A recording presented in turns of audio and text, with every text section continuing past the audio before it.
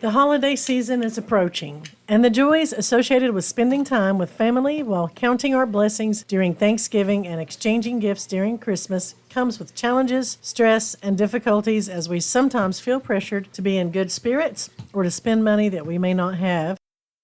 Buying gifts can sometimes put a financial strain on us. Even the family we are supposed to love and enjoy spending time with can bring tensions and sometimes conflicts.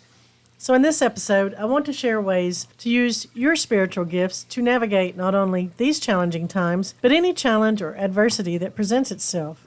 And please note that we all have spiritual gifts granted to us at birth if we believe in them and are willing to tap into them.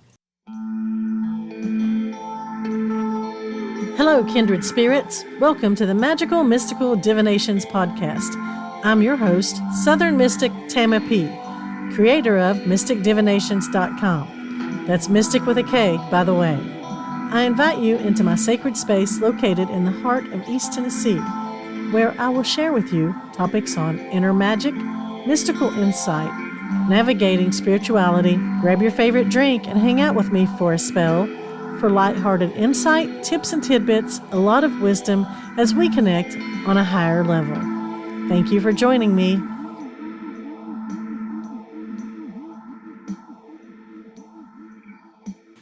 Believe it or not, we can all use our special gifts that are granted to us from birth to overcome and handle adversity in daily life. And trust me, I speak from experience. I have anxieties just like everyone else. I also have a very reactive nature, which can sometimes exasperate a sticky situation. We can face these challenges in different ways, but with each challenge that we overcome, we actually prosper from the experience.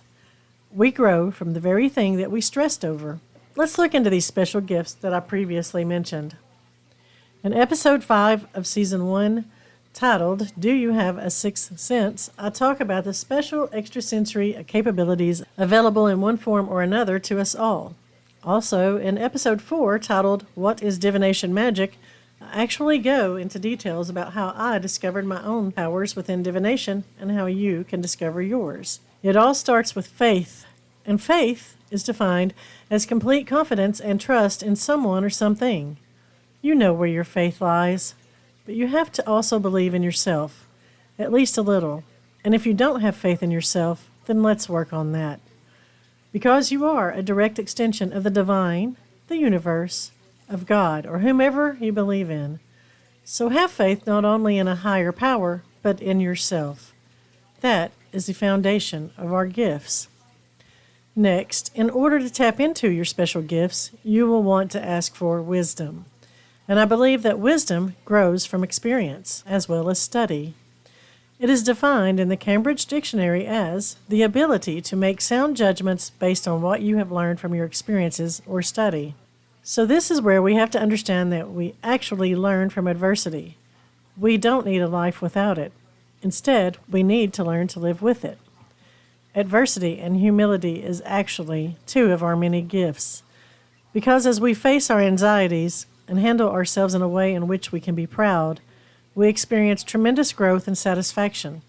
And the next time we face a similar situation, we feel less anxious or less insecure. We know we have the ability to overcome, and from that grows our confidence. Another gift that we all have is courage. Remember the cowardly lion in The Wizard of Oz? All he wanted was courage, and the wizard gave him a magical potion to drink, which really wasn't a magical elixir at all. It was a regular drink.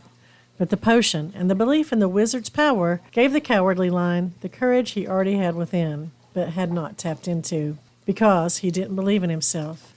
And the symbolic meaning of the lion's journey is that courage isn't the absence of fear, but the ability to act despite being afraid.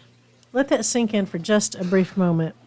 I don't have to preach or lecture, because I believe that when you listen to one of my podcasts or read something I have written or watch one of my videos or visit my website, that whatever you may need to take from it will resonate when you need it to.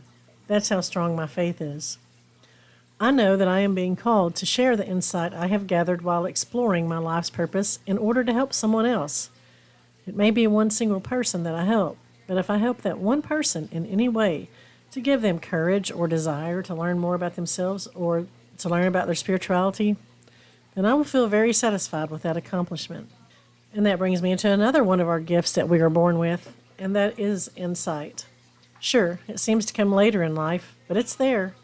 A tiny seedling when we are young, but always available to us. The definition of insight is the ability to understand or a sudden clarity of a certain situation. Insight can be a feeling, an emotion, or a thought. It isn't even anything tangible, but it's very powerful. Our insight is our intuition and our gut instinct. And I have mentioned this in numerous episodes of my podcast, so I can't point you to just one episode this time. But you have to trust your instincts. Those emotions play a vital role in our evolution on the spiritual journey. Sure, some of us are overthinkers. Sometimes we overreact to situations. But within each of us is the power to overcome these tendencies. The oracle card that I pulled before starting this episode comes from the Lantern Oracle. This deck of oracle cards appealed to me because it promised to illuminate the path throughout our journey and shadow work, which is a very important step towards enlightenment, and to shed loving light where clarity, growth, and assistance and healing is needed. And the card I pulled today, as I asked for divine guidance, was the card for responding, not reacting. And it says the only control we have is how we respond to the hand we are dealt. It speaks about how as children, we are developmentally not prepared to control our emotions. I have discovered that this can apply to any age or any stage of life. In certain situations, we may have a reflexive reaction. It may be due to a trigger from a past traumatic experience. Who knows? Maybe we don't even know why we react the way we do. But when we react in a way that complicates the situation or amplifies those negative emotions, we sometimes look back with regret and maybe even animosity towards ourselves. And that's not healthy. So we should try to validate or acknowledge the reality of our emotional experiences and give credence to how we feel compelled to express those emotions. This is also very much a part of shadow work, which I look forward to devoting an entire episode to soon. But in order to use the gifts born to us, we have to develop emotionally and spiritually so that we can constructively respond to challenging situations. And growing each day is inevitable, especially if we do so with purpose. In order to develop emotionally and spiritually and to achieve responding constructively to challenging situations, we call upon our faith, not only in God or the divine, but also in our faith in ourselves. It's there, don't keep it tucked away, because with our faith comes the knowledge that everything will be okay. We have to process the situation and focus on resolution and think in terms of moving forward from the upsetting situation. And I have a way of doing this, and it works for me, so I wish to share it with you. But not everyone has supportive people in their lives, and in this instance, faith is even more important, and believing in yourself is crucial.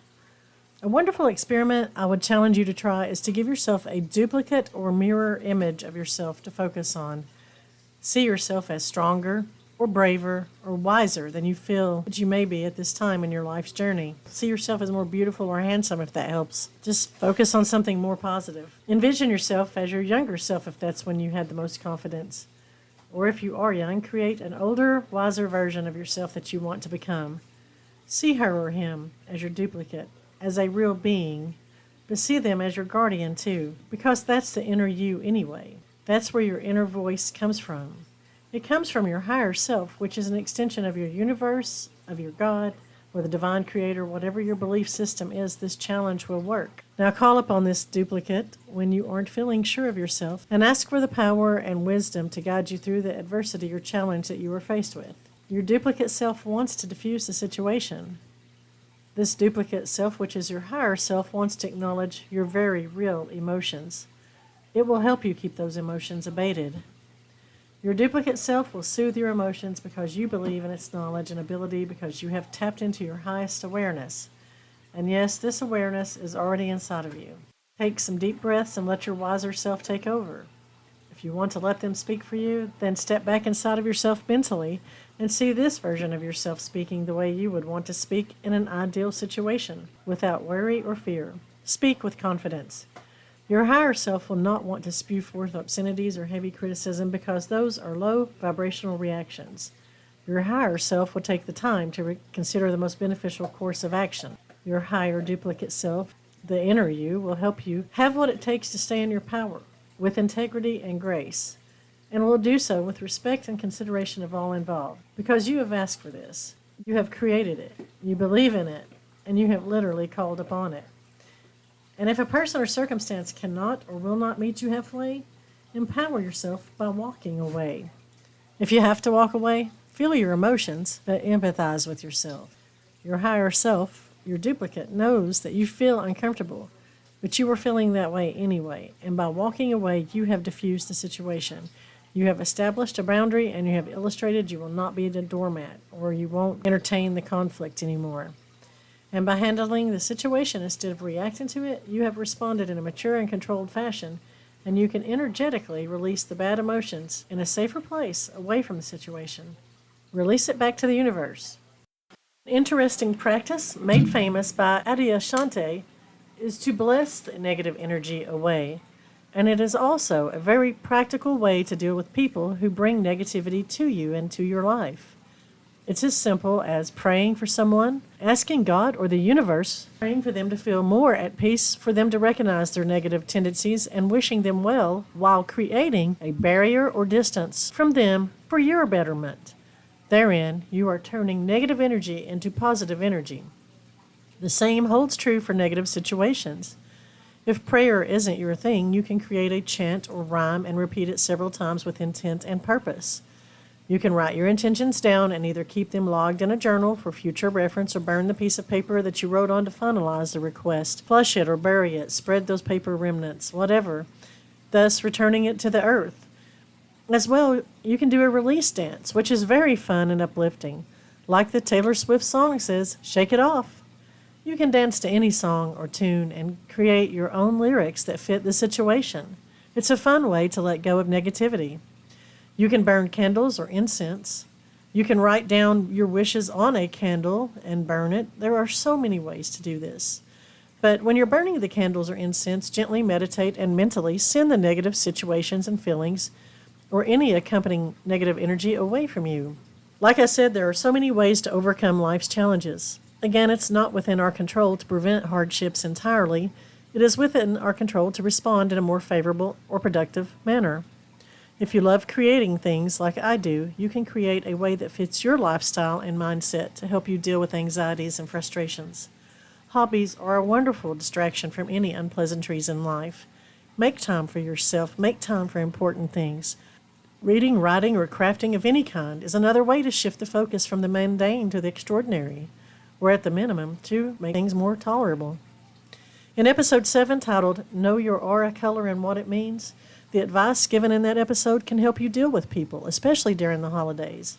Remember, energy responds to energy, and our aura is our energy field. Learning to see and read auras is very beneficial. It can help us detect when we need to shift topics of discussion.